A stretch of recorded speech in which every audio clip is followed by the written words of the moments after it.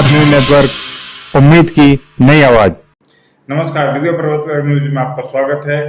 निर्जला एकादशी के शुभ अवसर पर पंजाबी कल्याण संस्था पल्लवपुरम द्वारा शरबत वितरण का प्रोग्राम रखा गया। वहां पर पंजाबी समाज के लोगों ने बढ़ चढ़कर हिस्सा लिया। यहाँ हम लोग जब इकट्ठा हुए हैं और यहाँ पर हम जानना चाहेंगे सुशील बसी जी से कि ये जो आपने कार्यक्रम जोड़ा है इसमें और कौन कौन लोग शामिल है। जी सुशील जी, थोड़ा तेज बोलिएगा। ये निर्जला एकादशी का हमारे गुरुओं का दिया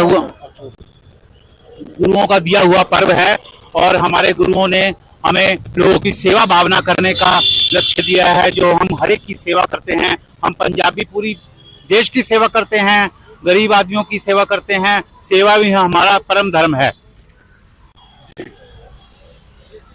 ये बताइए, अपना परिचय बता दीजिएगा।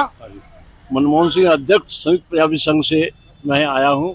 मनमोहन सिंह जी, सरदार मनमोहन सिंह जी, आप क्या कहना चाहेंगे इस अवसर पर? इस अवसर पर शुभकामना दे जाऊंगा जो सेवा कर रहे हैं, इनकी सबकी सेहत निरोगी रहे और ऐसी सेवा करते रहे। भारत का ये नियम है कि सेवा का हमारा परम धर्म है, सेवा होती रहे। आपने निरोगता की बात की तो आपके पीछे डॉक्टर गुलाटी भी हैं, आगे आ जाए डॉक्टर गुलाटी। सबको बहुत बहुत बधाई हो। आज का ये निर्जला एकादशी का हमारा हिंदू पर्व बहुत सारे हिंदुओं में बड़े जोश और उल्लास के साथ मनाया जाता है और हमारा पंजाबी समाज इस दिन पल्लवपुरम में हर वर्ष एक छबील का कार्यक्रम करता है, जिसमें कि गर्मी के मौसम में राहगीरों को ठंडी हवा पिलाए। और जो ये हमारे नवनिर्वाचित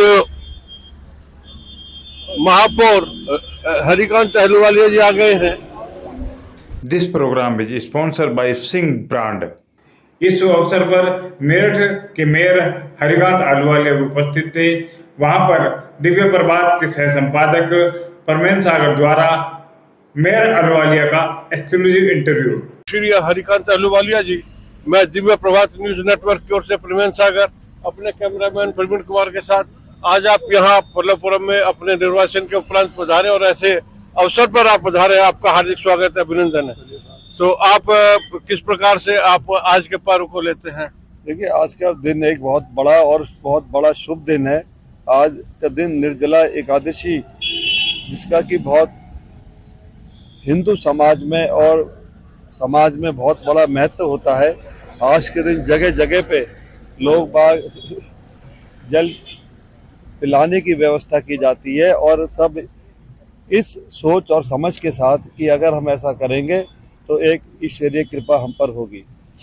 महापौर जी, आप से बहुत आशाएं हैं क्रांतिकारी शहर को, क्रांति भूमि को, इसको आप सभी चाहते हैं कि मेरठ जो है स्मार्ट सिटी बने। इस दिशा में देखिए, जैसे ही मेयर का कार्यभार हमने संभाला तो पहले पूरी जो भी मेयर की व्यवस्थाएं होती हैं, स्टाफ है, वो सब मुझे मिल चुका है और उसकी तरफ आप देख रहे होंगे कि बराबर हमने उसके लिए कदम आगे बढ़ाने शुरू कर दिए हैं। हर विभाग से इस पर बराबर चर्चा हो रही है। सबसे पहले जिस विभाग का जो काम है, चाहे वो डेवलपमेंट अथॉरिटी हो या नगर निगम हो या PWD हो या आवास विकास हो, सबको अपनी जिम्मेदारी निभानी पड़ेगी। अगर हम कहीं भी थोड़ी सी भी निष्क्रियता देखेंगे तो हम उसके लिए सीधे नगर विकास मंत्री को पत्र लिखेंगे। महापौर जी, चूंकि मेरठ एक बड़ा शहर है और हरित प्रदेश की एक राजधानी भी कहा जाता है, यहाँ समस्याएं भी अनेक हैं। क्या मुख्य समस्याएं आप देख रहे हैं? देखिए, मेरठ महानगर से सबसे पहले हमें ड्रेनेज सिस्टम ठीक करना है। लगभग महानगर में जो लगभग 1400 टन कूड़ा रोज इकट्ठा होता है, उसका निस्तारण बहुत ज़रूरी है। पिछले 5 सालों में इस पर बिल्कुल ध्यान नहीं दिया गया, क्योंकि पहले यहाँ पर बसपा की महापौर थी, तो वो विषय खैर अब अलग है। अब ये जिम्मेदारी हमारे पास आई है, तो यहाँ पर ड्रेनेज सिस्टम ठीक करने के लिए सबसे पहले कूड़ा निस्तारण होना बहुत ज़रूरी है।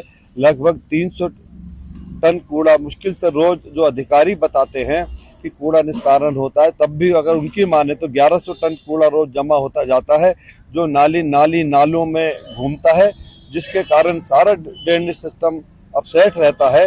तो जैसे ही कूड़ा निस्तारण प्लांट लगेगा, नालों की प्रॉपर वे में सफाई होगी, अधिकारी अपनी जिम्मेदारी समझेंगे, डेवलपमेंट अथॉरिटी अपना काम करेगी, पीडब्ल्यूडी अपना काम करेगी, नगर निगम अपना काम करेगी, आवास विकास अपना काम करेगी, तो मैं समझता हूँ कि ये स्मार्ट सिटी के लिए एक बड़ा कदम होगा।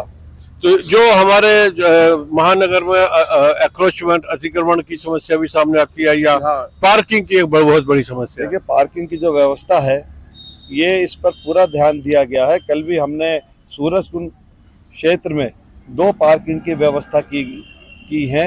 लगभग वहां से उससे सभी व्यापारियों को इसका लाभ मिलेगा और उस क्षेत्र में जाम की समस्या कम होगी। ऐसे ही पूरा मेरठ महानगर आता है, इस पर पूरा गंभीर रूप से विचार किया जाता है। अभी नगर निगम का ऑफिस जहां पर है, ऑफिस शिफ्ट होने जा रहा है, तो नगर निगम की वो जो बिल्डिंग है, पुराना ऑफिस है, वहां भी एक मल्टी लेवल पार्किंग की पूरी योजना बना के सरकार को भेज दी गई है। उस पर सरकार ने उसको क्लियर भी कर दिया है। जैसे ही वो पार्किंग शुरू होगी, आपका घंटाघर, सराफा बाजार, वैली बाजार, खैर नगर और आपका यहाँ तक बच्चा पार तक एक बहुत बड़ा जाम समस्या को रिलीफ मिलेगा। जिस प्रकार से देश को नया संसद भवन मिला है, तो आपने अभी जैसे बताया, तो मेरठ को कि नगर निगम को एक नया भवन मिलेगा। हाँ, ये भी बिल्कुल एक सत्यता है कि नगर निगम के लिए भवन का सब प्रस्ताव पास हो चुका है, हमारे बनने से पहले पास हो गया था और सरकार ने उसका पैसा भी यहाँ भेज दिया। बहुत जल्द काम शुरू होने जा रहा है और मैं समझता हूँ कि जैसे बेगमपुल का क्षेत्र है और महानगर के जो भी मुख्य व्यापारिक क्षेत्र है, हर जगह बहुत जल्द आपको पार्किंग व्यवस्था दिखाई देगी। पार्किंग व्यवस्था होने से जाम की समस्या कम होती है और उसके साथ साथ बाद में आप कुछ समय में देखेंगे कि अतिक्रमण जो महानगर में बहुत ज़्यादा है, उसके लिए भी एक कठोर कदम उठाने की आवश्यकता है। तो उस समय मेरा स्थानीय नागरिकों से निवेदन है कि अगर किसी का अतिक्रमण वाकई है, किसी को अननेसेसरी परेशान नहीं किया जाएगा, मगर अगर किसी का अतिक्रमण है तो उसको जिस समय नगर निगम हटाए या कोई और विभाग हटाए। उत्तर प्रदेश सरकार की भी ऐसी डायरेक्शन है कि कहीं भी अतिक्रमण मत होने दें, तो उस समय महानगर के सम्मानित नागरिक उसके लिए अप्रोच ना करें कि इसे मत हटाओ या ऐसे मत करो, नहीं तो काम करने में बहुत मुश्किल आती है। तो महापौर जी, आपका बहुत बहुत शुभकामनाएं।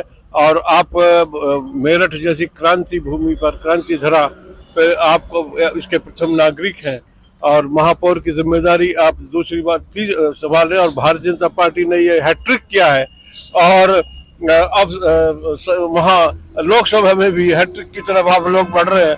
अरे, ट्रिपल इंजन की सरकार तो अब आपको मिल गई और अब जो द्रुत गति है, जो मेट्रो आ रही है, रैपिड आ रही है, वो सही तरीके से काम हो, उसके लिए किस दिशा में आप? देखिए, केंद्र सरकार जब से आई है 2014 से, जब तक देखने वाला इस देश में डेवलपमेंट हो रहा है।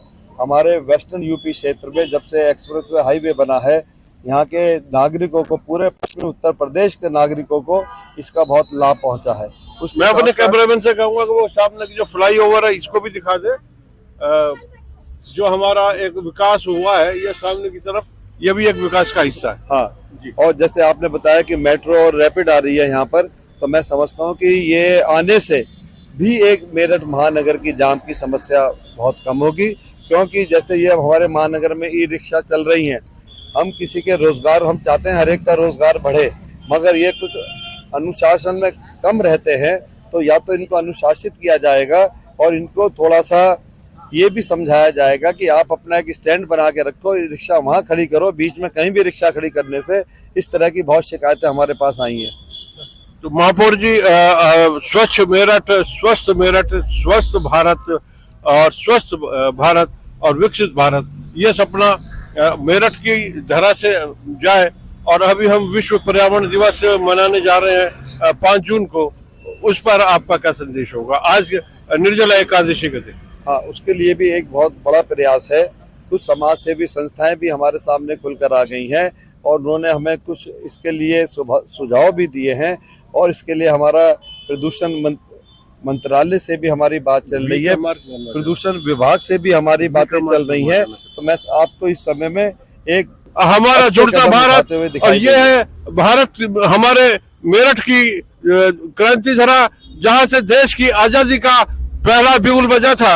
और यहाँ से जैसा कि यहाँ के महापौर, नवनिर्वाचित महापौर हरिकांत अहलूवालिया जी ने कहा है कि वह इस धरा से एक बार फिर विकास की धारा बहाएंगे, विकास की क्रांति, विकास की मशाल जलाएंगे। देखा आपने, नवनिर्वाचित मेयर हरिकांत अहलूवालिया ने बड़े बड़े वादे किए हैं जिनको पूरा करने के लिए उन्हें काफी जोर लगाने पड़ेंगे। और जैसा कि अब तक कहा जा रहा था, डबल इंजन की सरकार अब ट्रिपल इंजन की हो चुकी है। अब देखना यह है कि मेरठ में किस तेजी से विकास होता है और कितना विकास होता है। आज की खबर में इतना ही, कल फिर मिलेंगे किसी नए मुद्दे के साथ। तब तक बने रहिए हमारे साथ और देखते रहिए दिव्य प्रभात।